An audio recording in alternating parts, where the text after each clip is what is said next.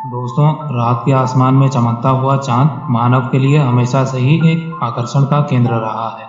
20 जुलाई सन 1969 को जब Neil Armstrong ने चांद पर पहला कदम रखा तो यह मानवता के लिए एक ऐतिहासिक क्षण था। दोस्तों, ये मिशन अमेरिकी स्पेस एजेंसी नासा द्वारा सफलतापूर्वक किया गया था। हमारे भारत की स्पेस एजेंसी इसरो भी चांद पर रिसर्च करने में पीछे नहीं रही है। दोस्तों, मैं आपको बता दूं कि चांद पर पहली बार पानी की खोज हमारी स्पेस एजेंसी इसरो ने चंद्रयान-1 मिशन की मदद से की थी। इस मिशन के सफल हो जाने के बाद चंद्रयान-2 मिशन को भी 18 सितंबर सन 2008 को मंजूरी दे दी गई और हमारे वैज्ञानिकों ने इस पर काम करना शुरू कर दिया। चंद्रयान-2 मिशन में लैंडर, रोवर और ऑर्बिटर मुख्य उपकरण थे। इस मिशन का मुख्य लक्ष्य चंद्रमा के साउथ पोल या दक्षिणी ध्रुव के बारे में कुछ महत्वपूर्ण जानकारियां प्राप्त करने का था। इसके साथ साथ इस मिशन का काम चंद्रमा की पूरी सतह के बारे में कुछ महत्वपूर्ण जानकारियां प्राप्त करना भी था।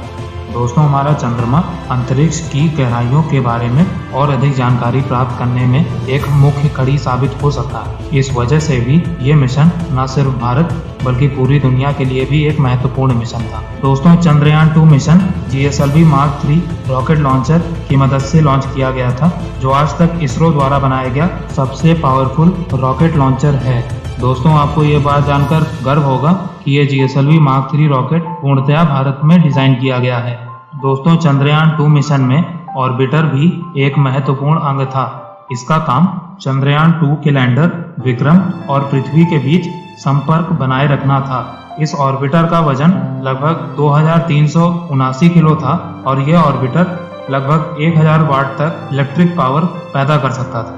दोस्तों, चंद्रयान-2 के सटीक लॉन्च और कुशल मैनेजमेंट के चलते ये ऑर्बिटर लगभग 7 साल तक काम करेगा। लेकिन आपको जानकर यह हैरानी होगी कि इस ऑर्बिटर को सिर्फ 1 साल तक काम करने के लिए ही बनाया गया था। चंद्रयान-2 का विक्रम लैंडर चांद के साउथ पोल पर भारत की पहली सॉफ्ट लैंडिंग को अंजाम देने के लिए बनाया गया था। इस लैंडर को एक लूनर डे या लगभग पृथ्वी के 14 दिनों तक काम करने के लिए बनाया गया था। दोस्तों, चंद्रयान-2 का रोवर प्रज्ञान इसके सबसे महत्वपूर्ण उपकरणों में से एक था। इसका वजन लगभग 27 किलो था और ये 50 वाट तक ऊर्जा पैदा कर सकता था। इसका काम चांद की सतह का सटीक आकलन करके इसकी जानकारी वापस पृथ्वी पर भेजने का था। दोस्तों, इसरो के चेयरमैन के सिवन ने 12 जून 2019 को ये घोषणा की कि इसरो 15 जुलाई को चंद्रयान-2 लॉन्च करेगा। हालांकि 15 जुलाई को कुछ टेक्निकल खराबी हो जाने की वजह से इस लॉन्च को 22 जुलाई तक के लिए पोस्टपोन कर दिया गया और 22 जुलाई को सफलतापूर्वक चंद्रयान-2 मिशन लॉन्च हो जाता है और 22 अगस्त सन 2019 को चंद्रयान-2 को चांद की कक्षा में सफलतापूर्वक इंसर्ट कर दिया जाता है। हालांकि 7 सितंबर को जब विक्रम लैंडर चंद्रमा की सतह से बस 2.1 किलोमीटर की दूरी पर रहता है, तब इसका संपर्क कमांड सेंटर से टूट जाता है और सॉफ्ट लैंडिंग नहीं हो पाती है। हालांकि इसके बाद भी विक्रम लैंडर की तलाश जारी रहती है और कुछ दिनों बाद नासा एक भारतीय इंजीनियर के मदद से इसे ढूंढ भी लेता है। दोस्तों, रिपोर्ट्स के अनुसार इस मिशन को लगभग 95% तक सफल माना जाता है। हालांकि इसरो सॉफ्ट लैंडिंग तो नहीं करवा पाया, लेकिन इस मिशन को पूरा होने के इतने करीब पहुंचना भी एक बहुत बड़ी बात थी। और दोस्तों, चंद्रयान-2 का ऑर्बिटर आज भी सफलतापूर्वक चांद की कक्षा में चक्कर लगा रहा है। तो दोस्तों, ये थी कहानी चंद्रयान-2 की।